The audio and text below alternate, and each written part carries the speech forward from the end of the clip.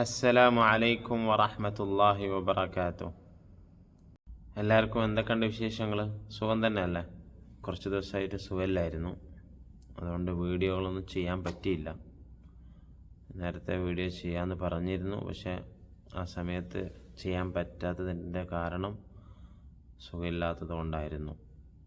ഇന്ന് ഞാൻ Abu Dhabi ഔഖാഫിൻ്റെ interview എങ്ങനെ, അതിൽ അപ്ലൈ ചെയ്യാൻ എന്താണ് ചെയ്യേണ്ടത് എന്നതിനെക്കുറിച്ചാണ് വീഡിയോ ചെയ്യുന്നത്. അബുദാബി ഔഖാഫിൽ എല്ലാ വ്യാഴാഴ്ചകളിലും ബദീലുകൾക്ക് വേണ്ടിയുള്ള ഇൻ്റർവ്യൂ നടക്കുന്നുണ്ട്.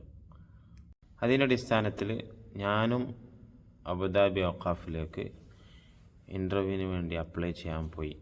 ബദീലിൻ്റെ ഇൻ്റർവ്യൂ ആണ് നടക്കുന്നത്. ഇമാമിങ്ങളെ ഇൻ്റർവ്യൂ നടക്കുന്നില്ല എന്നാണ് അവർ പറയുന്നത്. അവർ പോയ ഉടനെ തന്നെ അവർ ചോദിച്ചത് ID ഉണ്ടോയെന്നാണ്, എമിറേറ്റ്സ് ID ഉണ്ടോയെന്നാണ്. എമിറേറ്റ്സ് ID കൊടുത്തു.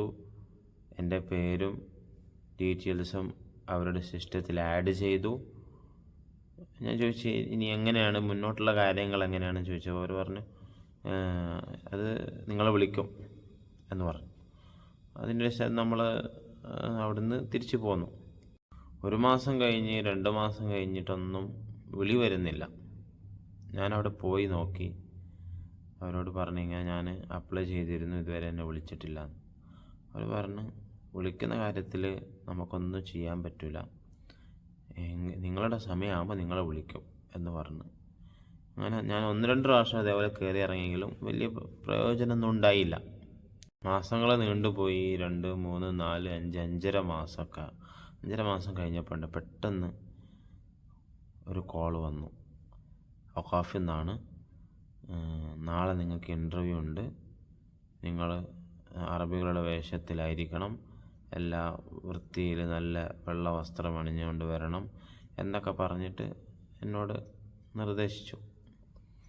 അത് ഈ കോൾ വന്നപ്പോൾ ഞാനാകെ ഞെട്ടിപ്പോയി. കാരണം ഒട്ടും പ്രതീക്ഷയില്ല. കാരണം 5 മാസം 5.5 മാസമൊക്കെ എന്നൊക്കെ പറയുമ്പം നമ്മൾ പ്രതീക്ഷയൊക്കെ നഷ്ടപ്പെട്ട് അതിനു വേണ്ടിയുള്ള പരിശ്രമങ്ങളൊക്കെ അവിടെ ബാക്കിയായി. ഒന്നും ഓതി നോക്കിയിട്ടൊന്നുമില്ല. എന്തായാലും തവക്കൽതു അലല്ലാ എന്ന് പറഞ്ഞ് പിറ്റേ ദിവസം രാവിലെ ഞാൻ ഔഖാഫിലേക്ക് വന്നു. അവിടെ വന്നപ്പം എന്നെപ്പോലത്തെ 10-20ഓളം ആളുകളുണ്ട്. അറബികളായും അല്ലാത്തവരായും ബംഗാളികളും കേരളക്കാർ ഞാൻ മാത്രമേ ഉണ്ടായിരുന്നുള്ളൂ, വേറാരും ഉണ്ടായിരുന്നില്ല. അപ്പം എൻ്റെ കൂട്ടത്തിലുള്ള ഒരു മിസ്രിയോട് ഞാൻ ചോദിച്ചു, നിങ്ങളെപ്പോഴാണ് ഇൻ്റർവ്യൂവിന് വേണ്ടി അപ്ലൈ ചെയ്തത്? അപ്പോൾ പറഞ്ഞു കഴിഞ്ഞ ആഴ്ച.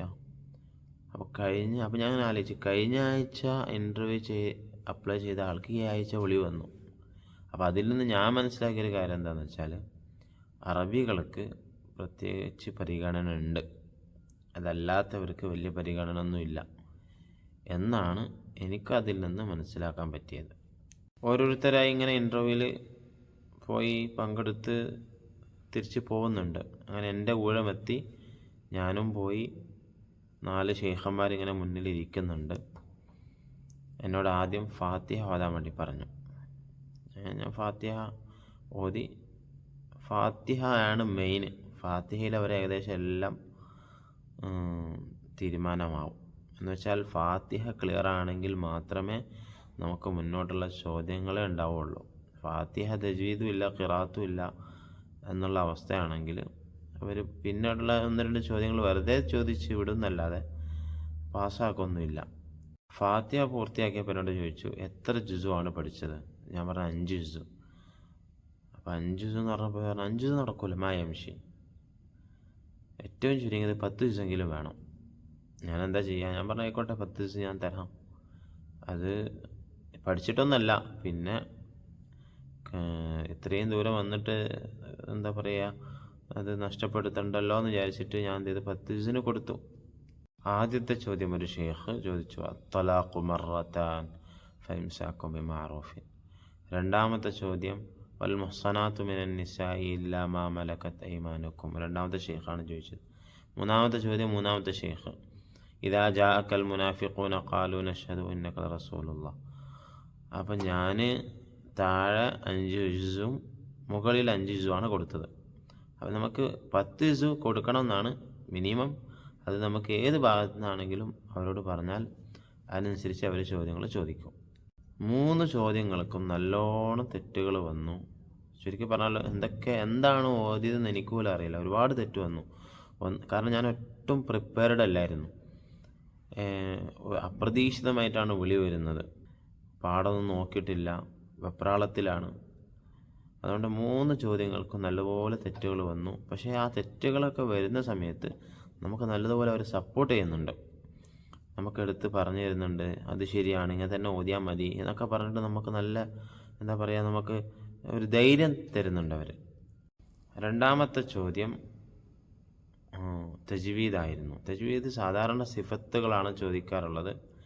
പക്ഷെ എന്നോട് ഞാൻ ഓതിയ ഭാഗത്ത് നിന്നും ഉള്ള ഇൽഹാറിൻ്റെയും ഇഖ്ഫായിൻ്റെയും വമല്ലം യസ്തതി' മിൻകും തൗലൻ അൻ യൻകിഹൽ മുഹ്സനാത്തിൽ ഈ ആയത്തിൻ്റെ ഭാഗങ്ങളിൽ നിന്നുള്ള ഇഖ്ഫാൻ്റെ, ഇൽഹാറിൻ്റെ, ഇദ്ഗാമിൻ്റെ നിയമങ്ങളൊക്കെയാണ് ചോദിച്ചത്. അൽഹംദുലില്ലാഹ്, സിമ്പിളായിരുന്നു. ഞാൻ മറുപടി പറഞ്ഞു. അതിനുശേഷം ഫിഖ്ഹിൻ്റെ ചോദ്യം അബാദു സുന്നത്ത് എത്രയാണ്, ഖുനൂത്ത് ഓതൽ എന്താണ് എന്നൊക്കെ അവർ നമ്മളോട് ഇങ്ങനെ എടുത്ത് പറഞ്ഞു തന്നപ്പോൾ എനിക്ക് കാര്യം മനസ്സിലായി. ആ ചോദ്യങ്ങൾക്കും അൽഹംദുലില്ലാഹ് ഏകദേശം ഉത്തരം പറഞ്ഞു.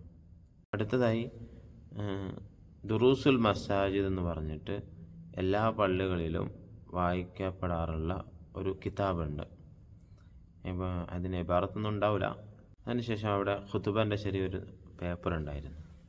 അതിൽ നിന്ന് ഖുതുബൻ്റെ 1-2 പേജ് മറിച്ചിട്ട് അവിടുന്ന് ഖുതുബ പറയാൻ വേണ്ടി പറഞ്ഞു. അപ്പോൾ ഈ ആദ്യത്തെ തുടക്കത്തിൽ പറയിപ്പിക്കാതിരിക്കാൻ കാരണം, അതായത് ഹംദ് കൊണ്ട് പറയിപ്പിക്കാതിരിക്കാൻ കാരണം, എല്ലാവർക്കും ഹംദ് നല്ല ശൈലിയിൽ പറയാൻ അറിയും.